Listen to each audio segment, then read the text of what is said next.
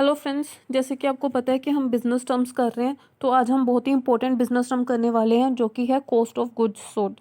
ये बहुत ही important term है, इसको ध्यान से समझिएगा और नोट भी करिएगा। तो क्या होती है ये कॉस्ट ऑफ गुड्स सोल्ड? पहले तो वर्ड से ही समझते हैं कि जो गुड्स हम सेल करने वाले हैं या जो गुड्स को हमने सेल किया तो उसकी कॉस्ट क्या है, वो कितनी कॉस्ट की थी। ठीक है, तो वो चीज़ हमें इसमें कैलकुलेट करनी है कि जितनी चीज़ें हमने सेल की हैं उनकी एक्चुअल में कॉस्ट कितनी थी। ठीक है, the dictionary meaning of word merchandise, यहाँ पे मर्चेंडाइज का मतलब यही है, cost of goods sold is the commodities और goods that we are bought and sold in business. It is the amount incurred including expenses on the purchase and production on goods which are sold. तो ये क्या है कि हमने क्या calculate करना है, अमाउंट इंकर्ड, मतलब हमने कितनी कॉस्ट इन चीज़ों पर लगाई, किन चीज़ों पर, जो गुड्स हमने आज बेचनी है, बेच चुके हैं, विच आर सोल्ड, जो हम बेच चुके हैं ऑलरेडी, तो वो उन चीज़ों पर कॉस्ट कितनी थी। अब कॉस्ट में उन्होंने लिखा हुआ है including expenses on the purchase और प्रोडक्शन, दैट मीन्स कि उनको परचेज करने का प्लस उन पे अगर कुछ एक्सपेंस किया है हमने तो वो भी इंक्लूड होंगे, वो भी उसकी कॉस्ट में इंक्लूड होंगे, क्योंकि वो खर्चा भी तो हमने उन गुड्स पर ही किया है ना। तो कॉस्ट ऑफ गुड्स सोल्ड क्या हो गया कि उनकी जो चीज़ें हमने सेल की हैं उनकी कॉस्ट कैलकुलेट करना कि वो उनकी कॉस्ट कितनी थी। कैलकुलेट कैसे होगी ये? Cost of goods sold is equal to net sales minus gross profit. ठीक है, net sales minus gross profit. देखिए यहाँ पे लिखा हुआ है it is the excess of net sales over the margin of profit included in the sales. That means ये क्या कह रहा है कि it is the excess of net sales over the margin of profit including in the sales. मतलब sales जब हम करते हैं, अगर हमने कोई चीज़ आज 5 लाख रुपीज़ की सेल कर दी तो वो एक्चुअल में 5 लाख रुपीज़ की उसका प्राइस नहीं होता ना, उसमें थोड़ा सा प्रॉफिट मार्जिन भी हम इंक्लूड करते हैं। अगर मान लीजिए हमारे पास कोई प्रोडक्ट है, हमें बनाने पर उसकी टोटल कॉस्ट हमारे पास सभी एक्सपेंसेस वगैरह करके उस पर टोटल हमारी कॉस्ट कितनी आ गई, सपोज वो 3 लाख रुपए की आ गई। ठीक है, 3 लाख रुपए की तो उसकी कॉस्ट आ गई। अब हमने क्या किया, 2 लाख रुपीज़ उसमें अपना प्रॉफिट मार्जिन इंक्लूड कर दिया कि इतना तो हम एक प्रोडक्ट से प्रॉफिट कमाएंगे। ठीक है, तो टोटल हमने उसका प्राइस कितना रख दिया, 5 लाख रुपीज़, और हमने 5 लाख रुपीज़ की उसको सेल कर दिया। अब जब हम जो प्रोडक्ट 5 लाख रुपीज़ का सेल हो रहा है बट एक्चुअल में उसकी कॉस्ट कितनी थी, 3 लाख रुपीज़, क्योंकि 2 लाख तो उसमें प्रॉफिट मार्जिन इंक्लूड था। तो वही चीज़ ये कॉस्ट ऑफ गुड्स सोल्ड कह रहा है, it is the excess of net sales over the margin of profit included in the sales. तो ये कैलकुलेट कैसे होगा, नेट सेल्स होता है जिसमें प्रॉफिट लेस करके minus gross profit. Gross profit क्या है और नेट प्रॉफिट क्या है, ये हम आगे करेंगे। Cost of goods sold is equal to net sales minus gross profits. So कैसे होता है, नेट सेल्स कैसे कैलकुलेट होता है और ग्रॉस प्रॉफिट कैसे होगा। ओपनिंग स्टॉक, आपको पता है ओपनिंग स्टॉक क्या होता है। ओपनिंग स्टॉक जब हमारा ईयर शुरू होता है, अकाउंटिंग ईयर 1 अप्रैल को, तो उस वक्त हमारे पास कितना स्टॉक है, ठीक है, शुरू के टाइम पे, तो वो हमारा क्या हो जाएगा, गुड्स का, तो वो हो जाएगा हमारा opening stock plus net purchases आपको पता है क्या होती हैं। नेट परचेजेस होती है परचेज माइनस परचेज रिटर्न्स।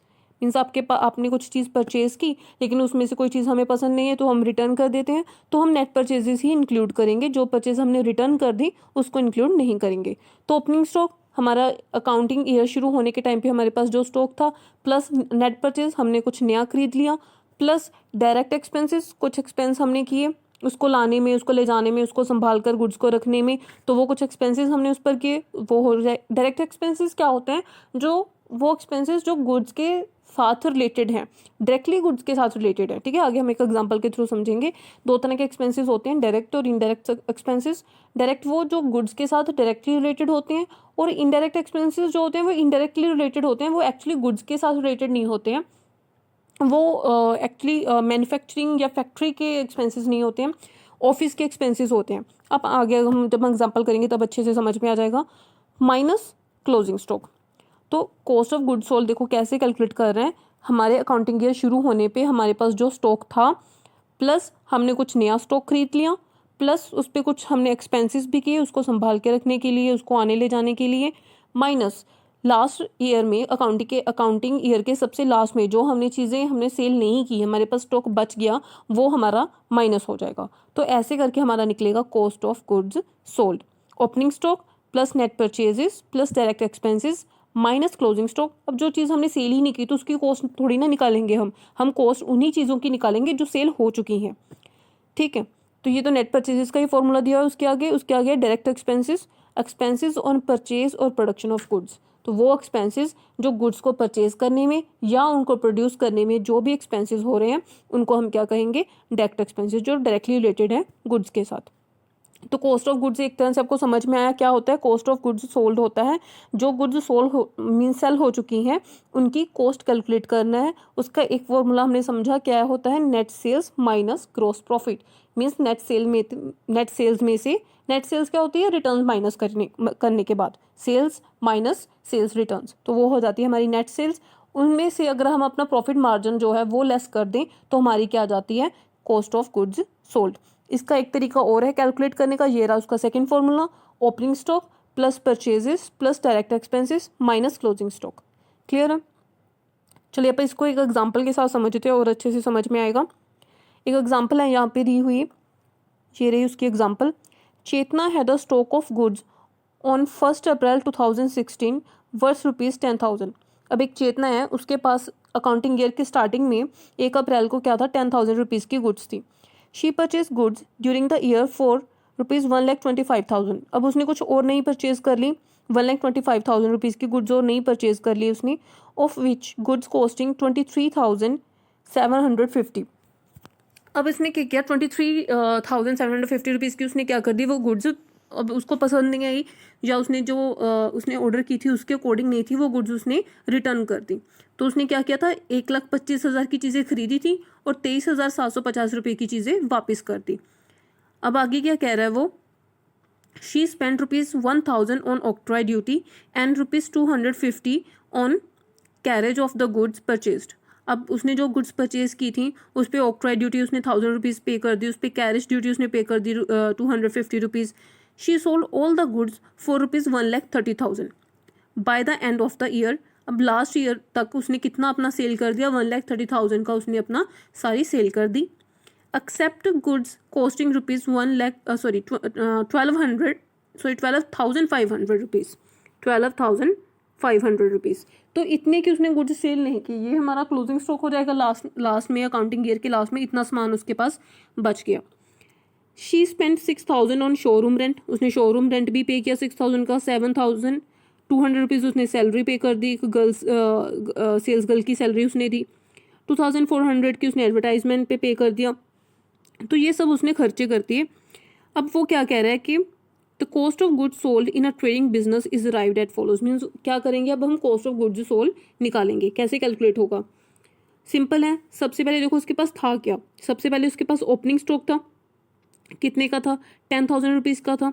फिर उसने कुछ नई परचेजेस की थी, कितने की 1,25,000 के कुछ और सामान खरीद लाई, लेकिन उसमें से उसको कुछ पसंद नहीं आया, उसके स्पेसिफिकेशंस के अकॉर्डिंग नहीं था, तो उसने वो जो है वापस कर दिया। और हमने पढ़ा था जो परचेज रिटर्न होती है वो हम लेस कर देते हैं, दैट मीन्स हम नेट परचेज दिखाएंगे। तो ये हमने 23,750 लेस कर दिया, तो हमने यहाँ पर नेट परचेज दिखाएंगे 1,01,250। तो ये हो गई नेट परचेजेस। अब ओपनिंग स्टॉक हो गया, नेट परचेजेस हो गई प्लस एक्सपेंसेस, बट कौन से वाले, डायरेक्ट एक्सपेंसेस।